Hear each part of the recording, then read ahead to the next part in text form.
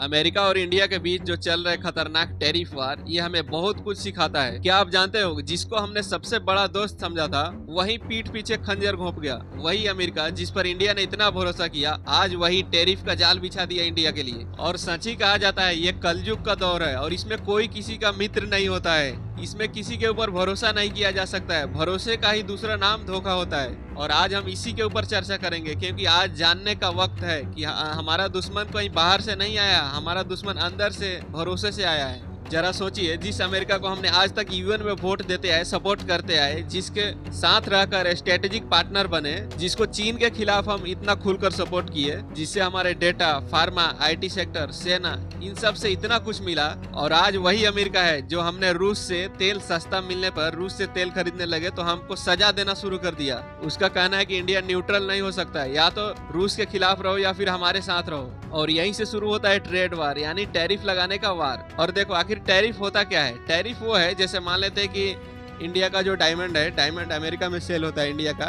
उसका प्राइस 10 लाख रुपए है, ठीक है।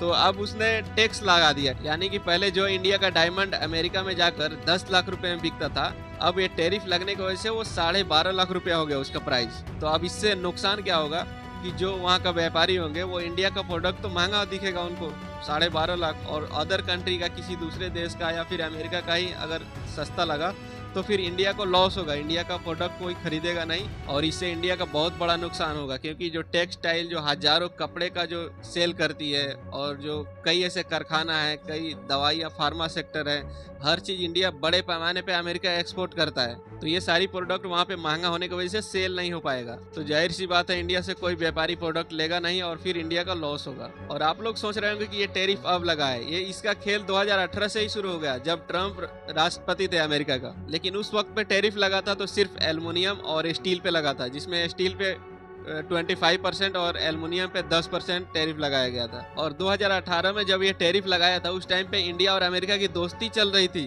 तो भारत भी सोचा, यार कैसा दोस्त है तू। भारत भी 28 अमेरिकन प्रोडक्ट्स पे टैरिफ लगा दिया, जिसमें बादाम, सेब, अखरोट, ये सब महंगे हो गए। और फिर 2020 में जो बाइडन आए तो लोगों को लगा कि अब सुधर जाएगा, लेकिन धोखा और गहरा हो गया। देखो सीधी सी बात है, अमेरिका चाहता है कि भारत रूस से तेल ना खरीदे। अमेरिका चाहता है कि भारत डेटा लोकलाइजेशन कानून हटा दे, ताकि गूगल और फेसबुक हमारे डेटा को अमेरिका भेज सके उनको यूज करने के लिए। अमेरिका चाहता है कि भारत अपने किसानों को सब्सिडी देना बंद कर दे, ताकि अमेरिकी गेहूं और मक्का भारत में भी एक्सपोर्ट हो। अमेरिका चाहता है कि भारत अपनी फार्मा कंपनियों का स्पीड थोड़ा कम कर दे, ताकि अमेरिकी दवाइयां थोड़ा महंगा बिके। जरा देखो, वो हमें दोस्त भी बोलता है और चलता है अपने शर्तों पे।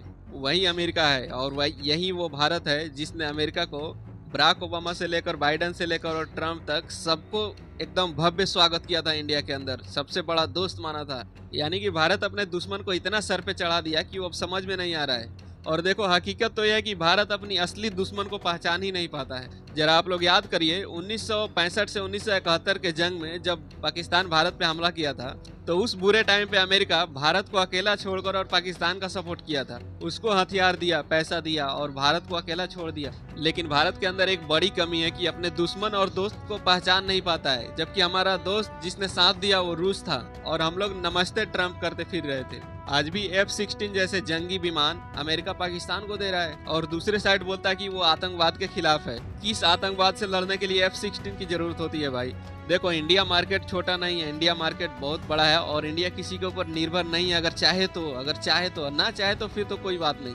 और कहीं ना कहीं भारत भरोसा इसलिए किया था अमेरिका पे कि उसको लगता था कि अब अमेरिका बदल चुका होगा। लेकिन ये सच्चाई है और ये इतिहास गवाह है, चाहे कोई भी पीएम हो, वहाँ पे अमेरिका अपना ही फायदा देखता है कहीं पे भी। उसने पहले क्वाड में बुलाया और टेक्नोलॉजी साझेदारी पर बात की, लेकिन जैसे हमने रूस और ईरान से सस्ता तेल खरीदना शुरू कर दिया, फिर उसका पन्ना पलट दिया, बदल गया और टैरिफ लगाना शुरू कर दिया। और अब अमेरिका हमारी कंपनियों पर दबाव बना रहा है। फार्मा, टेक्नोलॉजी, डिजिटल टैक्स, हर जगह दबाव बना रहा है। और देखो भारत दुनिया को सबसे सस्ती दवाइयाँ प्रोवाइड कराता है। जो दवा अमेरिका में $500 में मिलती है, और वही दवा इंडिया की $50 में मिलती है। और यही सब वजह है कि अमेरिका को जलन हो रहा है इंडिया से। तो जबकि उसको अच्छे तरह से पता है कि भारत ही पूरी दुनिया का लीडर है फार्मा इंडस्ट्रीज में, और डिजिटल में भी सेम वही चीज़ है। भारत कहता है कि जो कंपनी यहाँ काम करेगी वो डेटा यहीं रखेगी, चाहे गूगल, फेसबुक या कोई भी हो। और यही बात अमेरिका को पसंद नहीं है। वो चाहता है कि गूगल, फेसबुक, इन सभी चीजों का डेटा अमेरिका में जाए, चाहे भारतीयों की प्राइवेसी की धज्जियां क्यों न उड़े। और जब हमने डिजिटल टैक्स लगाया ताकि अमेजोन, नेटफ्लिक्स जैसे कंपनियां भारत को टैक्स पे करें, तो अमेरिका हमें धमकी देने लगा और WTO में शिकायत भी कर दिया। देखो, जब अमेरिका दूसरे देशों से टैक्स वसूलता है तो ये उसके लिए नियम है, और वही काम जब भारत कर रहा है तो फिर उसकी जल रही है। और भारत ने भी ये साफ कर दिया कि हमें अमेरिका पे कोई भरोसा नहीं है, और सच में भरोसा करना भी नहीं चाहिए, क्योंकि अमेरिका वही अमेरिका है जो किसी को बनाता है तो उसी को बिगाड़ता भी है। सद्दाम हुसैन को बनाया, सत्ता पे बैठाया और बाद में फांसी चढ़वा दिया। ओसामा बिन लादेन को उसने ही बनाया था और फिर उसने ही बिगाड़ा। और अमेरिका को यह समझ में आना चाहिए कि अब भारत पहले जैसा नहीं रहे। 1998 का भारत नहीं है, अब ये भारत बन गया है।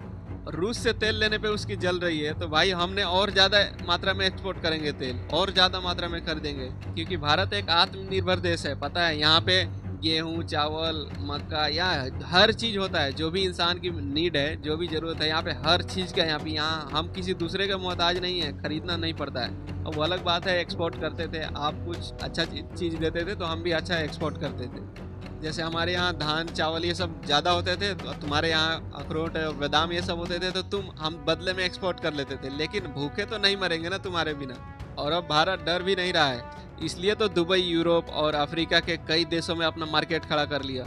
और अब देखो, सबसे इम्पोर्टेंट बात, अब हमारी जनता को भी ये बात समझनी होगी और यहाँ की सरकार को भी ये बात समझनी होगी कि हम किसी विदेशी चीज़ों पर निर्भर ना रहें। आपस की जो देसी कंपनियां, उन पे टैक्स थोड़ा कम किया जाए, उनको थोड़ा और बढ़ावा दिया जाए, तभी सामान सस्ते होंगे और देसी चीज़ों को लोग अपनाना शुरू करेंगे। और साथ में सऊदी अरब, दुबई, रूस, ईरान, अफ्रीका, इन सब लोगों से दोस्ती गहरी बनानी पड़ेगी इंडिया को।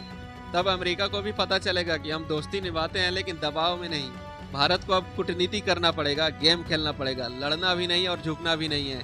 नया मंडी खोजना पड़ेगा, जैसे ब्राजील, यूरोप, UAE। खुद अपनी टेक्नोलॉजी और स्टार्टअप को ताकत देना पड़ेगा ताकि बाहर की डिपेंडेंसी कम हो। और एक सबसे बड़ी बात, डिजिटल सिक्योरिटी को भी थोड़ा बढ़ावा देना पड़ेगा ताकि भारत का डेटा यहीं रहे।